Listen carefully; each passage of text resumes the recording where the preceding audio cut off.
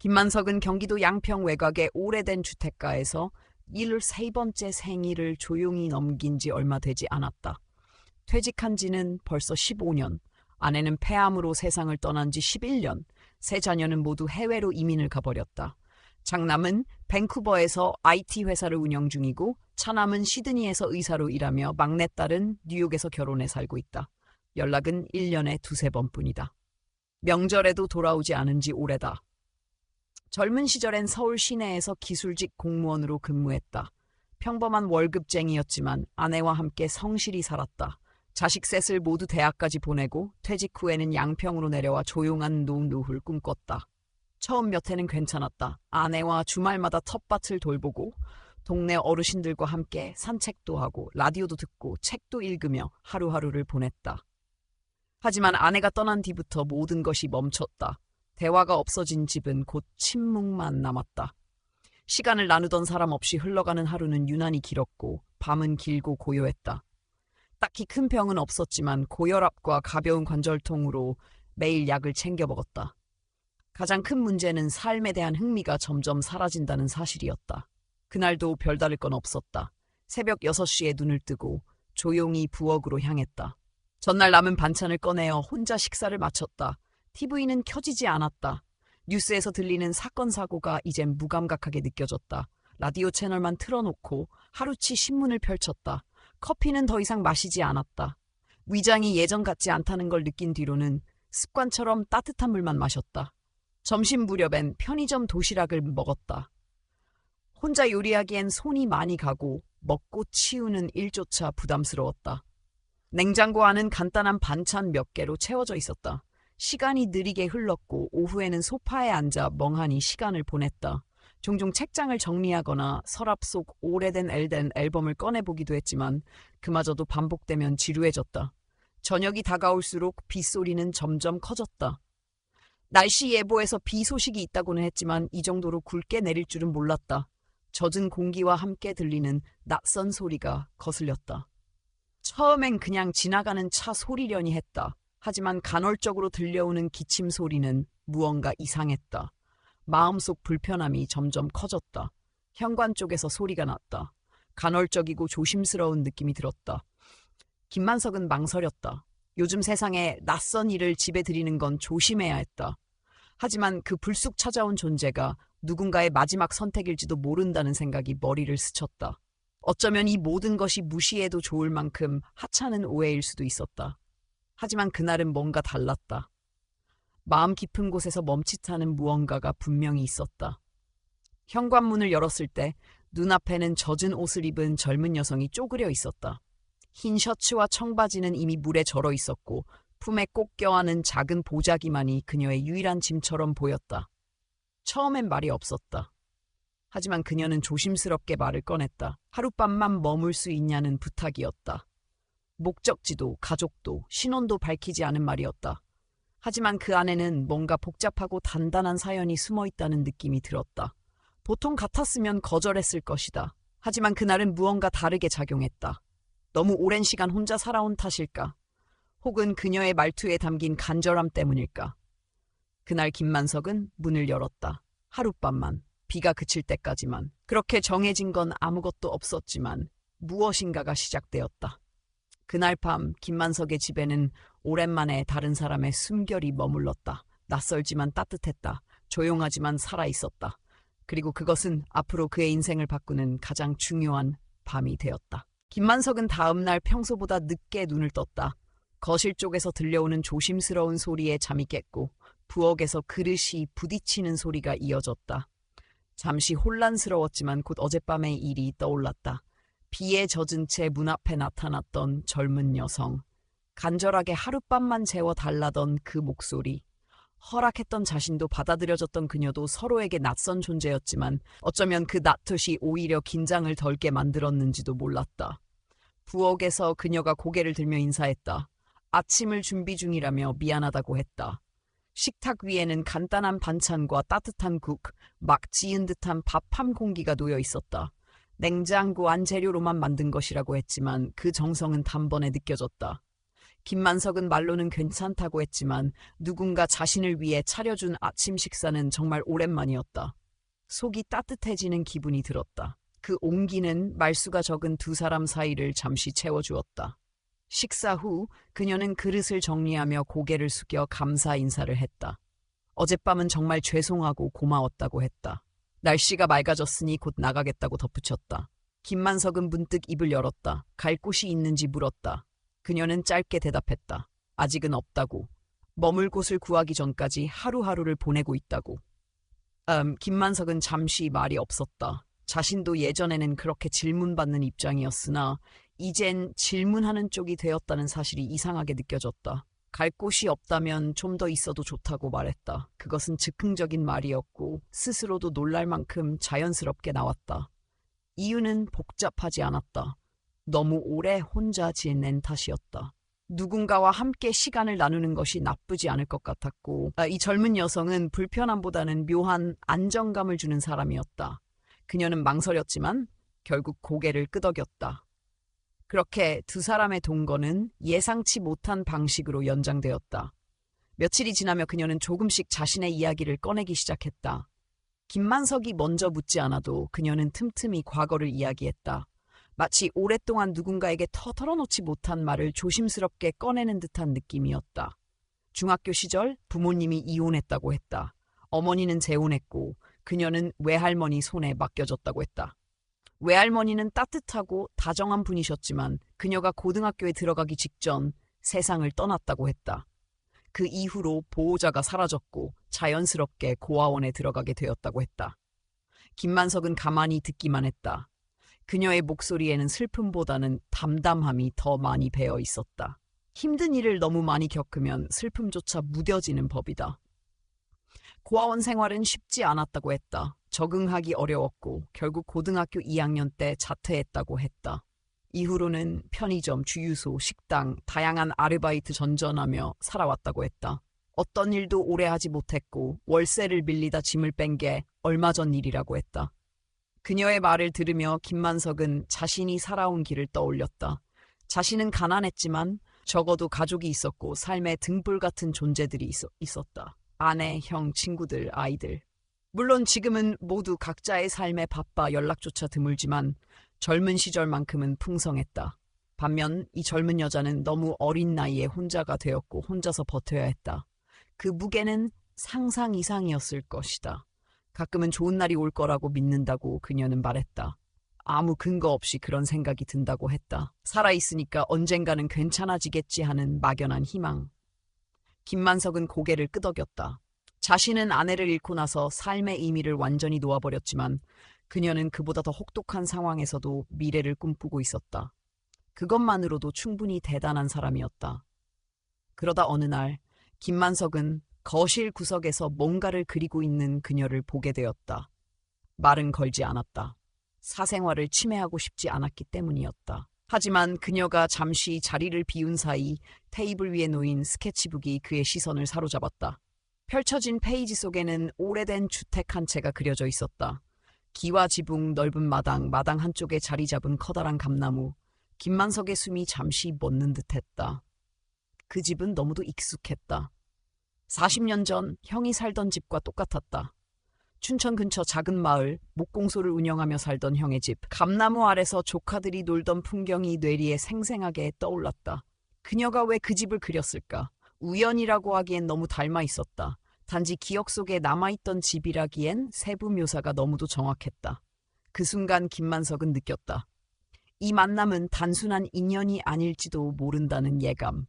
오래전 끊어졌던 인연의 한 조각이 다시 자신의 앞에 나타난 건 아닐까 하는 불안한 직감. 그리고 그 직감은 이 이야기의 다음 문을 열기 위한 신호처럼 느껴졌다. 김만석은 다음 날 아침 자신도 모르게 오래된 앨범을 꺼냈다. 형이 살던 집의 사진이 분명히 어딘가에 있을 것 같았다. 서랍 깊숙이 넣어두었던 낡은 앨범은 이미 색이 바랬고 가장자리에는 먼지가 앉아 있었다. 조심스럽게 한 장씩 넘기던 중 그는 마침내 찾았다. 기와 지붕 아래 넓은 마당, 감나무가 있는 집. 그녀가 그린 그림과 너무도 닮아 있었다. 그는 한 장을 꺼내 거실 테이블에 올려두고 다시 자리에 앉았다. 잠시 후 은하가 돌아왔다. 그녀는 스케치북이 열린 채 놓여 있는 걸 보고 당황한 듯 멈춰섰다.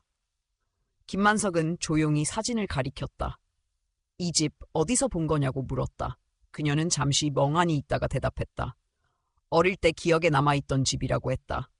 꿈에도 자주 나온다고 했다. 자신이 그린 그림 중에서 가장 선명하다고 덧붙였다. 그 말에 김만석은 더 이상 의심할 수 없었다. 무언가 더 깊은 연결이 있다는 확신이 들었다. 그는 조심스럽게 입을 열었다. 자신에게 형이 있었고 춘천 근처 작은 마을에서 목공소를 운영했다고 말했다. 형의 집이 그림 속 집과 똑같다고 했다. 은하는 놀란 눈빛으로 사진을 바라보았고 김만석은 서랍에서 또 다른 사진들을 꺼내 그녀에게 보여주었다. 그 안에는 감나무 아래에 앉아있는 작은 여자아이의 모습도 있었다. 은하는 사진 속의 소녀를 한참 동안 바라보았다. 김만석은 기억을 더듬기 시작했다. 형에게는 손녀가 하나 있었고 형수와 아들이 일찍 세상을 떠난 후 며느리가 아이를 데리고 형의 집으로 들어왔다고 했다. 형은 그 손녀를 무척이나 아꼈다고 했다. 자식들보다도 더 소중히 여겼고 공방에서 작은 가구를 만들어주며 시간을 함께 보냈다고 했다. 하지만 어느 날 며느리가 재혼을 하겠다며 아이를 데리고 집을 나갔고 그 후 형은 손녀를 찾기 위해 수소문했지만 끝내 찾지 못했다고 말했다. 그 일을 계기로 형은 점점 우울증을 앓기 시작했고 몇 년 뒤 조용히 세상을 떠났다고 했다. 은하는 사진을 내려다보다가 조용히 입을 열었다. 손녀의 이름이 무엇이었냐고 물었다. 김만석은 잠시 생각하다 대답했다. 백윤서. 그 이름이 입에서 나오는 순간 은하의 표정이 하얗게 변했다. 그녀는 자리에서 털썩 앉았다. 한동안 말이 없었다. 침묵이 흐르고 김만석은 조심스럽게 괜찮은지 물었다. 은하는 고개를 들더니 조용히 말했다. 자신의 본명은 최은하가 아니라 백윤서라고. 그 말에 김만석의 심장이 빠르게 뛰기 시작했다. 너무도 놀라웠지만 동시에 모든 것이 설명되었다. 그림, 기억, 감나무, 스케치북, 그리고 손녀라는 단어까지. 은하는 떨리는 목소리로 자신의 이야기를 이어갔다. 어머니가 재혼하면서 외할머니에게 맡겼고 외할머니는 어머니의 부탁으로 성을 바꿨다고 했다. 그때부터 자신은 한시로 살아왔고 이름도 바꿨다고 했다. 그래서 자신이 누구였는지 오랫동안 모르고 살았다고 했다.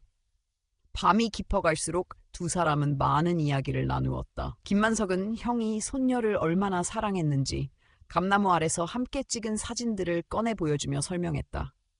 은서는 기억을 더듬으며 그 시절을 떠올리기 시작했다. 할아버지가 만들어준 작은 토끼 인형, 마당에 있던 그네, 부엌에서 뭔가를 만들던 나무 냄새, 공방에 들어갔다가 넘어져 다쳤던 기억, 그 모든 조각들이 퍼즐처럼 맞아떨어졌다. 김만석은 손녀가 공방에서 다쳤던 일을 기억하고 있었다. 그때 형이 얼마나 자책했는지도 또렷이 떠올랐다. 이후로는 절대 아이를 혼자 공방에 들이지 않았다고 했다. 그 이야기에 은서는 자신의 오른쪽 손목에 있는 작은 흉터를 보여주었다. 7살 때 생긴 상처였다. 김만석은 그 순간 모든 걸 확신했다. 눈앞에 있는 이 젊은 여성이 바로 형이 그렇게 찾고 싶어 했던 손녀라는 사실을.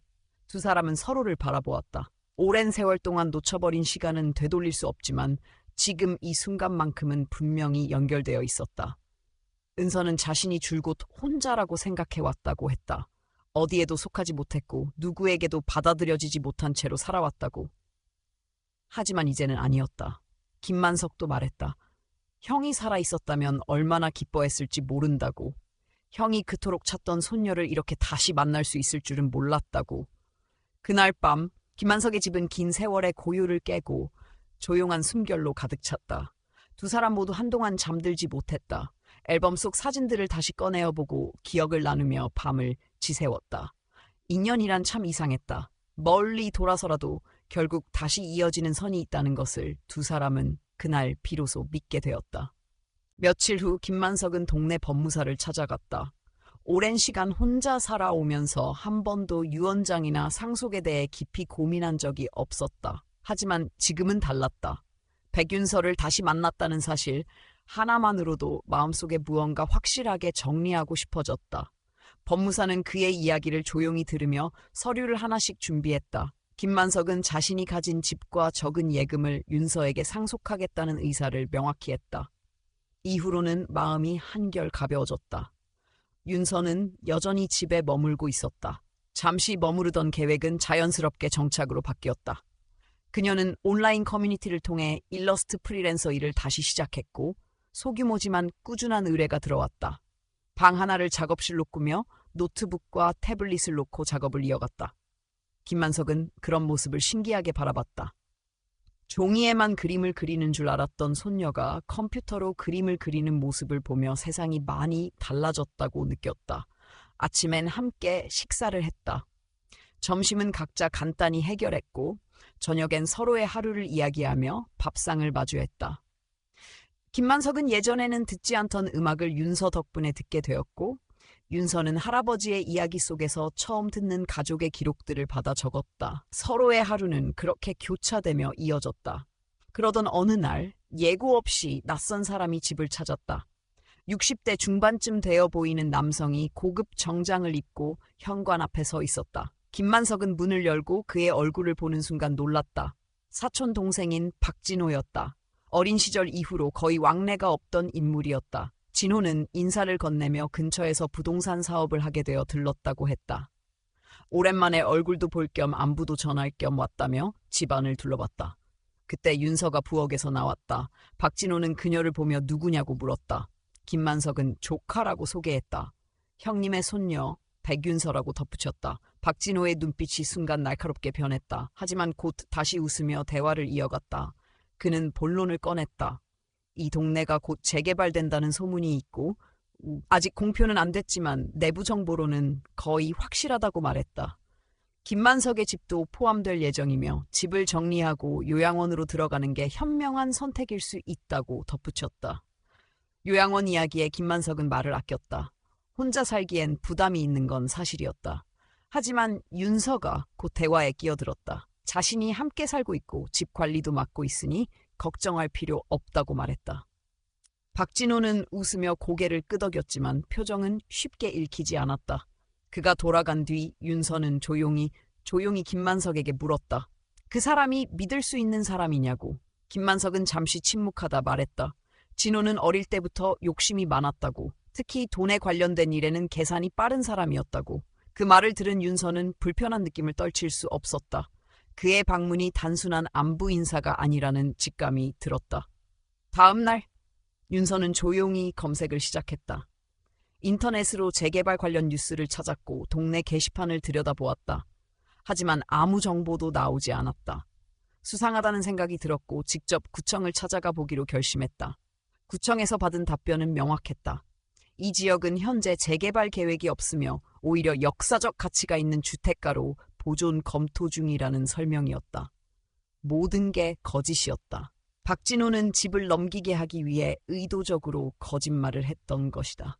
윤서는 이 사실을 김만석에게 알리기 위해 서둘러 집으로 향했다. 도착했을 때 박진호는 거실에서 서류를 펼쳐놓고 김만석에게 사인을 요구하고 있었다. 요양원 입소를 위한 단순한 행정 절차라며 설명하고 있었다. 윤서는 망설임 없이 두 사람 사이로 들어섰다. 사인하지 말라고 단호히 말하며 구청에서 받은 자료를 내밀었다. 김만석은 그 자료를 천천히 읽었다. 얼굴이 굳어졌다. 그리고 박진호를 향해 말했다. 대체 무슨 짓이냐고. 박진호는 당황한 듯 변명했다. 좋은 곳에 보내드리려 했을 뿐이라고. 이 집이 얼마나 가치 있는지 알고 있으니 자신이 직접 관리해 드리려 했다고 말했다. 그러나 김만석은 더 이상 그의 말을 듣지 않았다. 조용히 손가락으로 문을 가리켰다. 이제 더는 이 집에 발을 들이지 말라고. 박진호는 짐을 챙기며 윤서를 날카롭게 바라봤다. 어디서 갑자기 나타난 거냐고, 정말 손녀딸이 맞냐고 따지듯 말했다. 윤서는 흔들림 없이 말했다. 본명은 백윤서이고 그 증거는 충분하다고. 자신과 할아버지가 모두 기억하고 있으며 법적으로도 인정받은 상태라고. 박진호는 이를 악물었지만 더 이상 할 말이 없었다. 마지막으로 냉랭한 시선을 남기고 집을 나섰다. 문이 닫히고 나서야 김만석은 소파에 앉았다. 윤서는 그의 옆에 앉아 조용히 손을 잡았다. 아무 일도 없던 것처럼 말없이 앉아 있었다. 잠시 후 김만석이 말했다. 내가 없었으면 정말 속을 뻔했다고. 윤서는 고개를 끄덕이며 웃었다. 그리고 처음으로 자신의 이름이 다시 불리워졌다는 사실에 마음 깊은 곳에서부터 울컥했다. 몇 주 후 김만석과 백윤서는 동네 법무사 사무실을 다시 찾았다. 이번에는 상속 지정뿐 아니라 본명 회복 절차를 정식으로 진행하기 위해서였다. 윤서는 오래전 잊힌 자신의 이름을 되찾고 싶었다. 아이 때 외할머니가 바꿔준 이름과 성이 낯설진 않았지만 이제는 본래의 자리로 돌아가야 할 시점이라 생각했다. 법적으로 본명을 회복하고 가족관계를 다시 정리하는 과정은 복잡했지만 두 사람 모두 한 걸음씩 천천히 나아가고 있었다. 서류 작업이 마무리되고 윤서가 가족관계 등록부에 정식으로 등록된 날, 김만석은 오래된 앨범을 다시 꺼냈다. 형이 생전에 간직했던 물건들과 유품도 함께 꺼냈다.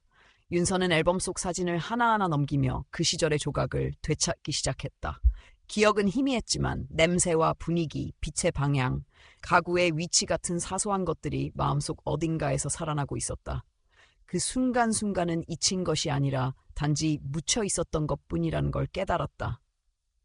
그날 이후로 두 사람은 본격적으로 집을 정비하기 시작했다.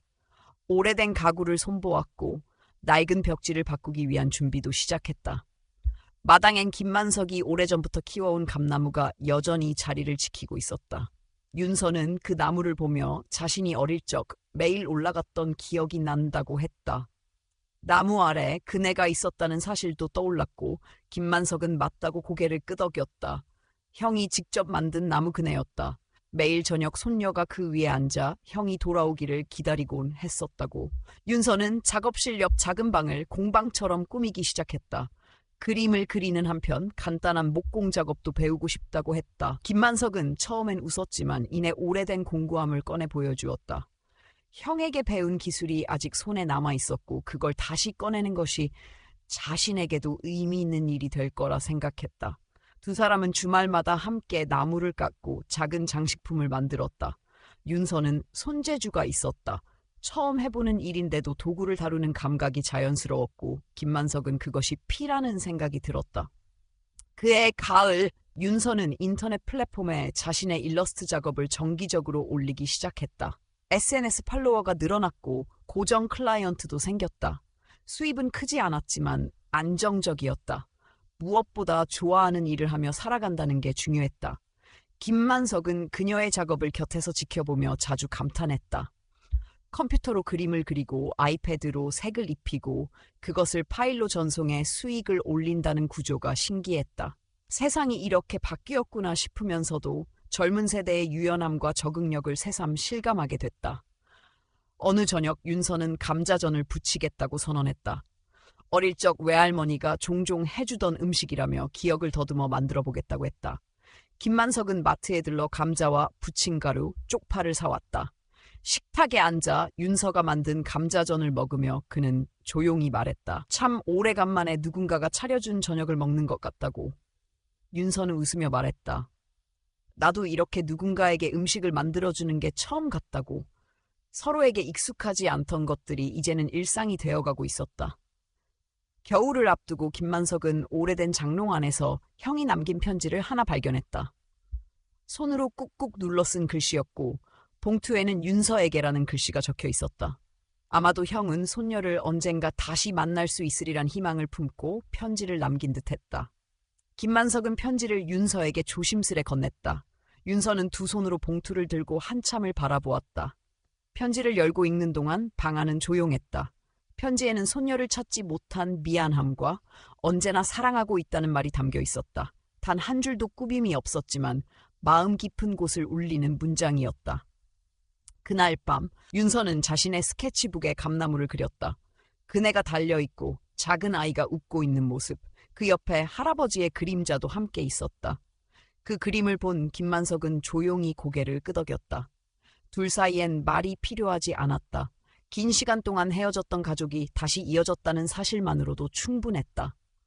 시간은 흘러갔고 계절은 바뀌었지만 두 사람의 삶은 안정적으로 흘러갔다.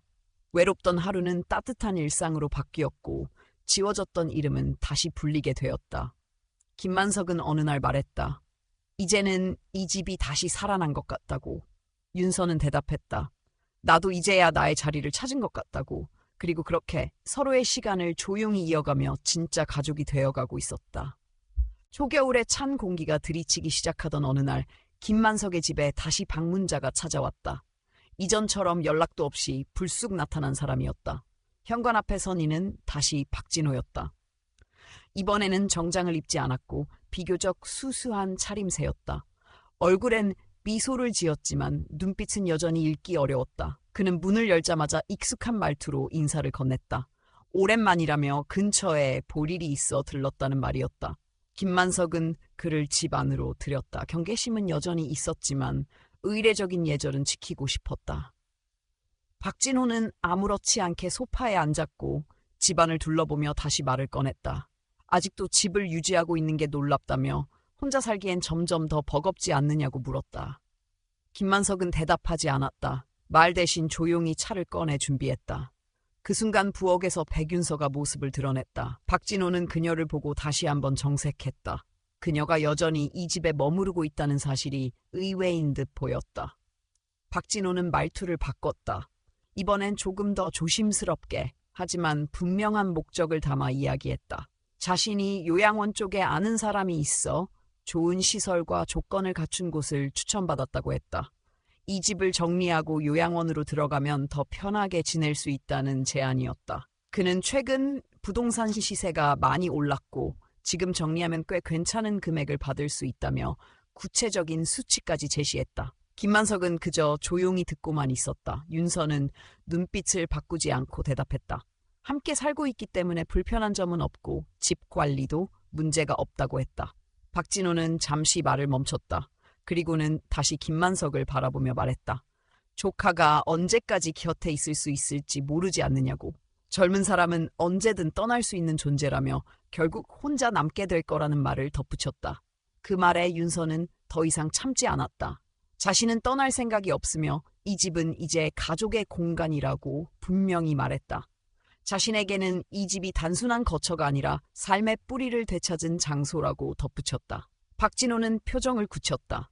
이전처럼 친절한 말투는 사라졌고 목소리에 힘이 들어갔다. 그렇게 계속 버티면 결국 손해만 본다고 했다. 재개발은 결국 진행될 것이고 지금처럼 법적으로 처리되지 않은 상태로 버티면 여러 가지 불이익이 생길 거라고 암시했다. 김만석은 그 순간 박진호의 의도를 완전히 이해했다. 이 방문은 단순한 우려나 조언이 아니라 집을 손에 넣기 위한 또 다른 시도였다.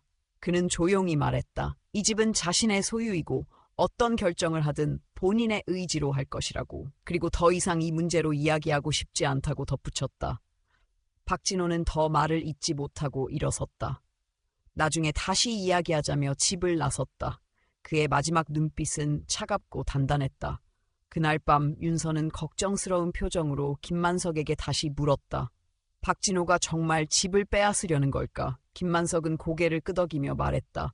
진호는 어릴 때부터 계산이 빠른 아이였다고 이번에도 뭔가 노리고 있는 게 틀림없다고 했다. 윤서는 고민에 빠졌다. 막연한 의심만으로는 대응할 수 없었다. 명확한 증거와 사실이 필요했다. 그래서 결심했다. 직접 확인하겠다고. 다음 날부터 윤서는 본격적으로 자료를 수집하기 시작했다. 구청 홈페이지를 통해 재개발 관련 공고문을 확인했고 동네 주민센터에 들러 담당 직원과 상담을 요청했다. 주민센터 직원은 단호하게 말했다. 현재 이 지역은 어떤 재개발 계획도 추진되고 있지 않으며 오히려 문화재적 가치를 검토 중이라고. 윤서는 놀랐다. 박진호의 말은 전부 거짓이었다. 그날 오후 윤서는 시청 도시계획과를 직접 찾아갔다. 더 구체적인 정보를 얻기 위해 관련 도면과 지역 계획서도 열람했다. 그 어떤 문서에도 재개발에 대한 내용은 없었다. 직원은 친절하게 설명했다. 이 지역은 역사성과 원형 보존이 중요해 향후 개발 가능성도 낮다고. 윤서는 구청에서 받은 공문과 자료를 정리해 집으로 돌아왔다. 집에 도착했을 때 박진호가 다시 와 있었다. 이번에는 아예 계약서처럼 보이는 서류를 꺼내 김만석에게 사인을 요구하고 있었다. 김만석은 여전히 혼란스러운 표정이었다. 박진호는 이번엔 더 부드럽게 설명하고 있었다. 그냥 요양원 입소를 위한 동의서일 뿐이라며 형식적인 절차라고 했다. 윤서는 재빨리 그 사이로 들어섰다. 손에 들고 있던 서류를 내밀며 말했다. 이 동네는 재개발 계획이 없다고 구청과 시청에서 직접 확인했고 오히려 보호 대상으로 지정될 가능성이 높다고 했다. 김만석은 윤서가 건넨 자료를 하나하나 확인했다. 그리고 박진호를 바라봤다. 말없이 서류를 들여다보던 그는 마침내 입을 열었다. 너를 위해서였다고. 이 집이 얼마나 가치 있는지 알기에 잘 관리해주고 싶었던 것뿐이라고 했다. 하지만 김만석은 단호하게 말했다. 이 집은 자신의 삶이 담긴 곳이며 어떤 이유로도 넘길 생각이 없다고. 윤서도 덧붙였다. 이 집은 할아버지와 자신 둘만의 공간이고 여기에 더는 외부 사람이 개입할 여지는 없다고. 박진호는 말없이 서류를 접고 일어섰다. 마지막으로 윤서를 향해 한마디 남겼다. 네가 뭔데 이 집을 지키고 있느냐고. 윤서는 조용히 대답했다. 나는 이 집의 가족이고 손녀라고. 할아버지가 기억하고 있고 나도 기억하고 있다고. 박진호는 입술을 꾹 다문 채 집을 나섰다. 문이 닫히자마자 김만석은 자리에 주저앉았다. 윤서는 그의 옆에 조용히 앉아 손을 잡았다. 말없이 앉아있던 두 사람의 사이에는 다시 묵직한 평온이 깃들었다. 그리고 그날 밤 김만석은 조용히 말했다. 이제 진짜로 너를 가족으로 받아들인 것 같다고. 윤서는 조용히 고개를 끄덕였다. 모든 것이 제자리를 찾아가고 있었다. 초겨울의 한기를 뚫고 시간이 흐르며 백윤서는 법적으로도 완전히 김만석의 가족이 되었다. 가족관계계 등록부에 백윤서라는 이름이 정식으로 다시 올라갔고 상속 관련 절차도 모두 마무리되었다. 동네 법무사 사무실을 마지막으로 방문하던 날 김만석은 깊은 숨을 내쉬었다. 형이 생전에 간절히 찾던 손녀가 이렇게 곁에 있다는 사실, 이제는 단지 마음속이 아닌 문서상으로도 가족이라는 사실이 믿기지 않았다. 집으로 돌아오는 길에 김만석은 작은 목공소 앞에 멈춰섰다. 자신이 형에게 배운 솜씨를 다시 꺼내보고 싶다는 생각이 들었다. 윤서도 함께 그곳에 들어섰다. 공간은 오래되었지만 여전히 단단한 향과 기억이 서려 있었다. 그날 이후 두 사람은 남는 시간을 이용해 목공을 함께 시작했다. 김만석은 손에 익은 대패질을 했고 윤서는 작은 나무 장식품들을 그려 도안으로 만들었다. 둘 사이에는 특별한 말이 없어도 통하는 기류가 생겼다. 윤서는 SNS에 자신이 그린 그림들과 함께 할아버지와 함께 만든 목공 제품들을 하나둘씩 올리기 시작했다. 사람들은 단순한 작품보다 그 속에 담긴 이야기에 더 많은 관심을 보였다. 잃어버린 가족을 찾은 손녀의 공방 일기라는 이름으로 연재를 시작했고 예상보다 빠르게 반응이 왔다. 몇몇 잡지사에서 연락이 왔고 방송국의 다큐멘터리 작가로부터도 연락이 왔다. 윤서는 조심스레 김만석에게 이 사실을 전했다. 외부 사람들에게 집안 이야기를 전하는 것이 부담스럽지 않겠냐고 물었다. 김만석은 미소 지으며 말했다. 우리 이야기가 누군가에게 작은 희망이 될 수 있다면 나쁘지 않다고. 그날 이후 윤서는 공방의 일부를 아예 촬영 공간으로 바꿨다. 특별한 조명이나 장비 없이도 스마트폰 하나로 충분했다. 나무 가루가 묻은 작업복을 입은 할아버지와 그 옆에서 조심스럽게 그림을 다듬는 손녀의 모습은 꾸미지 않아도 충분히 따뜻했다. 사람들은 댓글로 자신의 가족 이야기를 공유했고 어떤 이들은 그리움에 눈물을 흘렸다고 적었다. 윤서는 그 모든 반응을 조용히 읽으며 진심은 통한다는 말을 다시 믿게 되었다. 겨울의 중턱 김만석은 윤서에게 오래된 손편지 하나를 꺼내 보였다. 그것은 형이 생전에 마지막으로 남긴 편지였다. 윤서를 찾지 못한 채 떠난 날 밤 김만석이 형의 집에서 발견했던 봉투였다. 당시엔 전하지 못했고 이제야 손에 쥐게 된 편지였다. 윤서는 그 편지를 천천히 읽었다. 그 안에는 손녀에게 전하는 사랑과 언젠가 다시 만날 수 있을 거란 희망이 담겨 있었다. 편지를 다 읽고 난 후 윤서는 한동안 말을 잃었다. 하지만 이내 차분한 얼굴로 말했다. 할아버지가 지금 어딘가에서 이걸 보고 있다면 분명히 미소 짓고 있을 거라고. 며칠 후 김만석은 윤서와 함께 작은 간판을 만들었다. 감나무 아래 작은 공방에 윤서와 만석의 나무집이라는 이름을 걸었다.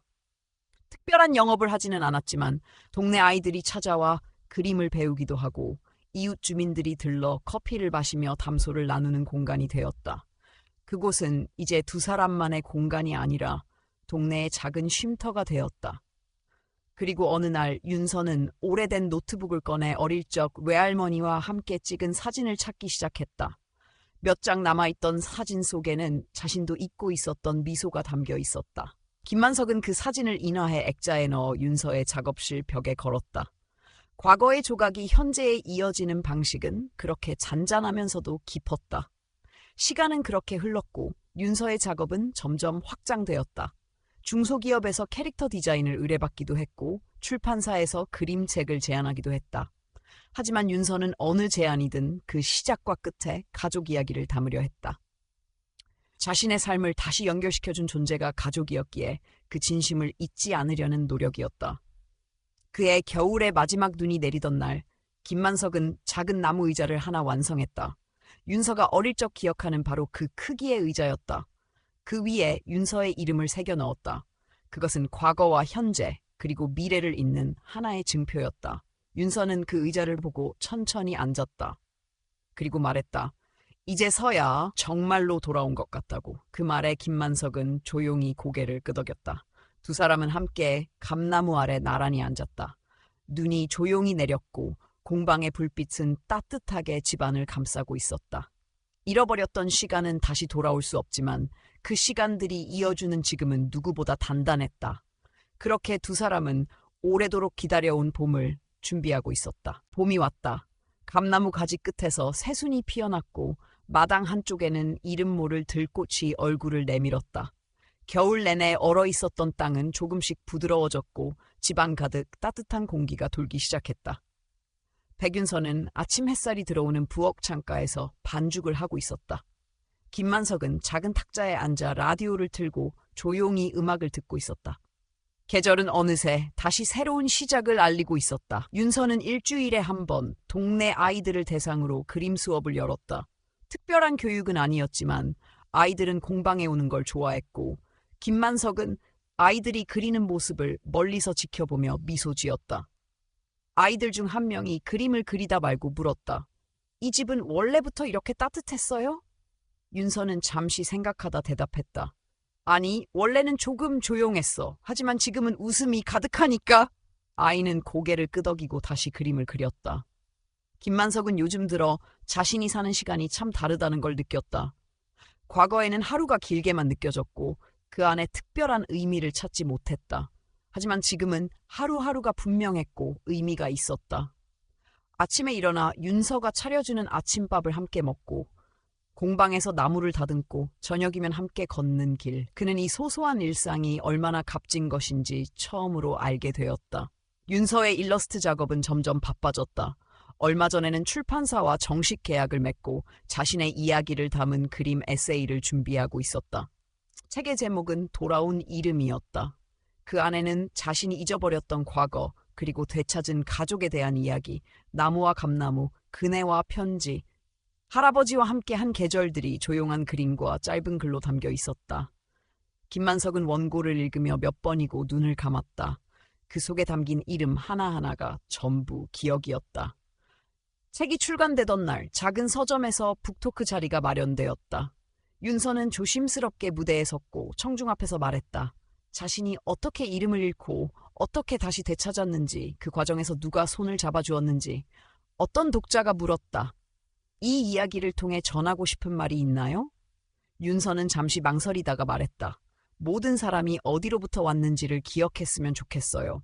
우리는 다 연결되어 있고 때론 길을 잃어도 결국 돌아갈 자리를 찾을 수 있다고 믿어요. 행사가 끝난 후 김만석은 윤서의 손을 잡고 말했다. 참 잘했다. 그 말 한마디에 윤서는 모든 긴장이 풀렸고 두 사람은 서점 밖 작은 공원에서 함께 벚꽃을 바라보았다. 그 벚꽃은 마치 잃었던 시간을 다시 피워내는 듯 조용히 흔들리고 있었다. 여름이 다가올 무렵 김만석은 건강검진 결과를 받았다. 나이는 속이지 못한다고 했다. 무겁지도 가볍지도 않은 진단이었다. 약을 꾸준히 먹고 무리를 줄이면 지낼 수 있다고 했지만 윤서는 걱정이 많았다. 김만석은 오히려 담담했다. 살아있다는 건 매일을 의미 있게 보내는 거야. 그게 하루든 10년이든. 어느 날 윤서는 김만석에게 작은 상자를 건넸다. 그 안에는 자신이 만든 나무펜이 있었다. 펜 끝에는 김만석의 이름과 윤서의 이름이 함께 새겨져 있었다. 이건 두 사람이 함께 쓴 시간의 기록이에요. 김만석은 펜을 꺼내 조용히 자신의 노트에 무언가를 썼다. 그것은 짧은 한 문장이었다. 내가 돌아온 이유는 네가 여기 있었기 때문이다. 그날 밤 두 사람은 다시 감나무 아래 앉았다. 하늘엔 별이 떠 있었고 바람은 봄 냄새를 품고 지나갔다. 김만석은 말했다. 이제 내가 떠나도 괜찮을 것 같아. 윤서는 아무 말도 하지 않았다. 그저 그의 곁에 조용히 머물렀다. 며칠 후 윤서는 혼자 공방에 앉아 그림을 그리고 있었다. 김만석은 방에서 조용히 쉬고 있었고 창밖에는 비가 부드럽게 내리고 있었다. 윤서는 스케치북에 마지막 장을 넘겼다. 그리고 한 줄을 적었다. 우리가 다시 만나는 날에도 감나무 아래는 그대로일 거예요. 시간은 흘렀고 김만석은 평온히 눈을 감았다. 그의 장례식은 소박하게 치러졌고 동네 사람들과 아이들이 조용히 작별 인사를 했다. 윤서는 감나무 옆에 작은 나무 툗말을 세웠다. 여기 나의 할아버지가 쉬고 계십니다. 그를 기억하는 모든 이들이 이 나무 그늘 아래에 잠시 머물다 가시기를.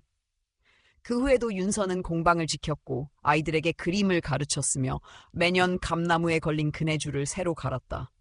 김만석이 남긴 의자, 책상, 나무패는 그 자리에 그대로 있었다. 삶은 언제나 불완전하고 때로는 외롭고 길을 잃는다.